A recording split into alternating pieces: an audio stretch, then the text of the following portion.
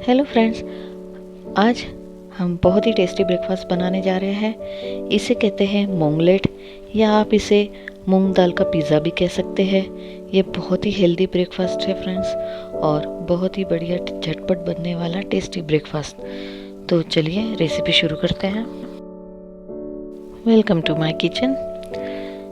मूंग दाल बनाने के लिए आपको ये 1 कटोरी मूंग दाल लेना है।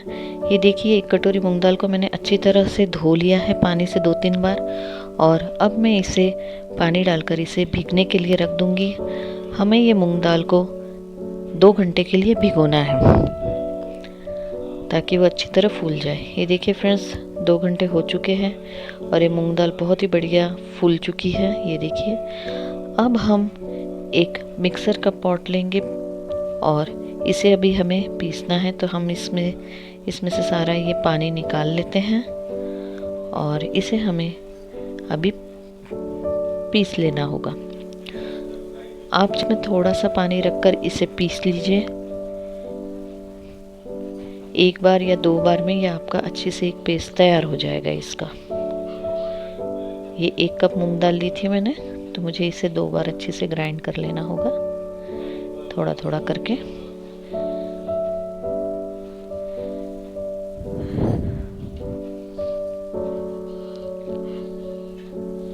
ये देखिए फ्रेंड्स, बहुत ही बढ़िया अच्छी से ये बिल्कुल आसानी से पिस जाती है क्योंकि ये भिगोई हुई दाल है।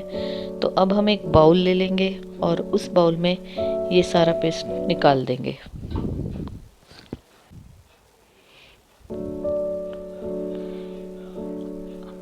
अब इस मूंग दाल में हम 2 चम्मच दही डाल देंगे। ये देखिए, ये फ्रेंड्स दही डाल दिया है मैंने 2 चम्मच और दही, और अब हम इसमें स्वाद अनुसार नमक भी ऐड कर देंगे। तो ये देखिए, मैं 1 स्मॉल टेबल स्पून नमक ले रही हूँ और इनको अभी मिक्स कर लेंगे अच्छी तरह से। दाल में हम मिक्स कर लेंगे दही और नमक। इसे अच्छी तरह मिक्स करने के बाद अब हम इसमें कुछ वेजिस डाल देंगे। तो उसके लिए मैंने ये देखिए, ये प्याज लिए हैं मैंने, 1 प्याज लिया है, 1 टमाटर है, थोड़ा सा कोरिएंडर है, और ये हरी मिर्च है, और ये करी लीव्स है। तो हम प्याज, टमाटर और कोरिएंडर को हम इसमें मिक्स कर लेंगे। आप चाहे तो अगर आपके पास इस समय कॉर्न हो, बॉइल्ड कॉर्न भी ले सकते हैं, और आप अपने हिसाब से इसमें थोड़ी सी वेजिस को डाल सकते हैं। ये देखिए, इस तरह से कोरिएंडर, टोमेटो एंड प्याज मैंने ले लिया है। इसमें हम थोड़ा सा हल्दी पाउडर भी डाल देंगे। और फ्रेंड्स, इसमें मैं एक लहसुन अदरक का पेस्ट के लिए, ये देखिए, जीरा भी थोड़ा सा डाल देंगे। और मैंने इसमें लहसुन अदरक का पेस्ट भी आपको डालना है। तो मेरे पास मैंने 2-4 लहसुन की कलियां, हरी मिर्च, 3-4 हरी मिर्च, थोड़े से लहसुन और थोड़ा सा अदरक, इसको मिक्सर में मैंने ग्राइंड कर लिया था। और ये देखिए, ये हरी चटनी मेरी बन गई है। ये मैं हरी चटनी मतलब लहसुन, अदरक और हरी मिर्ची का ये जो पेस्ट है, ये भी मैं इसमें 2 चम्मच डाल दे रही हूँ। आप भी इसे चाहे तो हरी मिर्च और लहसुन अदरक को क्रश करके भी इसमें डाल सकते हैं। और ये इन सब चीज़ों को अच्छी तरह मिक्स कर देंगे। ये जो मैंने इसमें पेस्ट डाला है, ये हरी मिर्ची और लहसुन अदरक का, इससे बहुत अच्छा टेस्ट आता है इसमें। और अब फाइनली हम इनो डाल देंगे। तो हम इस तरह से 1/2 टीस्पून थोड़ा इनो डाल देंगे इसमें, और इनो को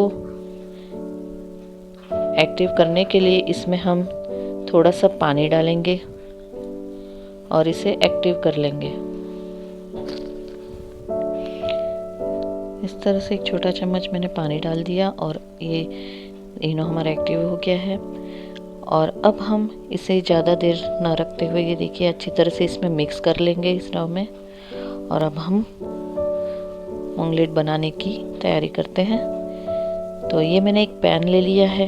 पैन में मैं अभी थोड़ा सा तेल इसमें डाल दूंगी। आप चाहे तो इसे डायरेक्ट घी में भी बना सकते हैं। अब हम इसमें डालेंगे, तेल को थोड़ा सा गर्म होने देंगे और इसमें हम थोड़ा सा जीरा डाल देंगे। जीरा, राई, आपको जो भी इसमें तड़का लगाना है वैसा लगा सकते हैं। तो मैंने इसमें थोड़ा सा जीरा राई डाल दिया है और मैं इसमें ये करी लीव्स भी डाल दूंगी तड़के में, करी लीव्स। और ये 2 हरी मिर्ची को मैंने इस तरह से लंबा लंबा कट कर लिया था, तो वो भी मैंने डाल दूंगी। और अब हम जो हमने ये जो बैटर तैयार किया है, इसे भी हम अच्छी तरह से इसमें पैन में डालकर स्प्रेड कर देंगे चारों तरफ।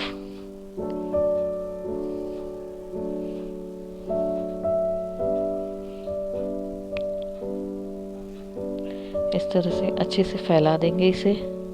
और ये फ्रेंड्स बहुत बढ़िया फूलकर तैयार होता है।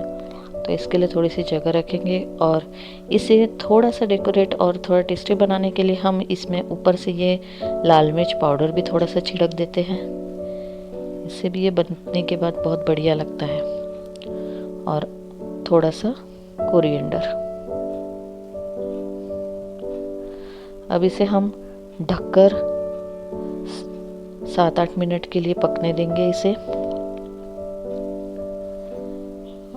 और ये देखिए फ्रेंड्स, ये 7-8 मिनट हो चुके हैं। ये देखिए ये बहुत बढ़िया से अच्छी तरह सिक चुका है। आप इसके पहचान ऐसी है कि आप चारों तरफ इसे चेक कर लीजिए। ये देखिए ये अपने आप ही लेयर छोड़ देगा। और अब हम इसे धीरे से पकड़ते हुए टर्न कर देंगे इस तरह से। बहुत आराम से कीजिएगा फ्रेंड्स, ये टूट भी सकता है।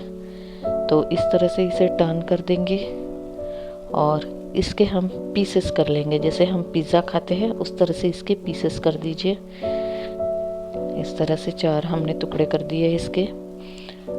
और ये मैं थोड़ा और बढ़िया टेस्टी बनाने के लिए इसे इस समय हम ये मैंने बटर डाल दिया है। 1 चम्मच बटर डाल दीजिए इसके ऊपर, तो इसका स्वाद और डबल हो जाता है फ्रेंड्स। ये बहुत टेस्टी लगता है इस बटर के साथ।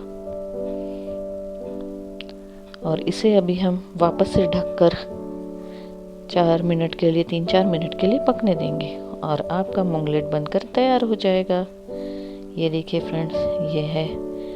मैंने इसके लिए टमाटर की चटनी भी ली है, ग्रीन चटनी ली है। आप जैसा चाहे वैसा सॉस के साथ खाइए इसे, या ऐसी हरी चटनी एक बना लीजिए उसके साथ खाइए। ये बहुत ही टेस्टी और बहुत ही बढ़िया लगता है। और ये बनाना भी बहुत आसान है फ्रेंड्स, बच्चों के लिए, अपने लिए।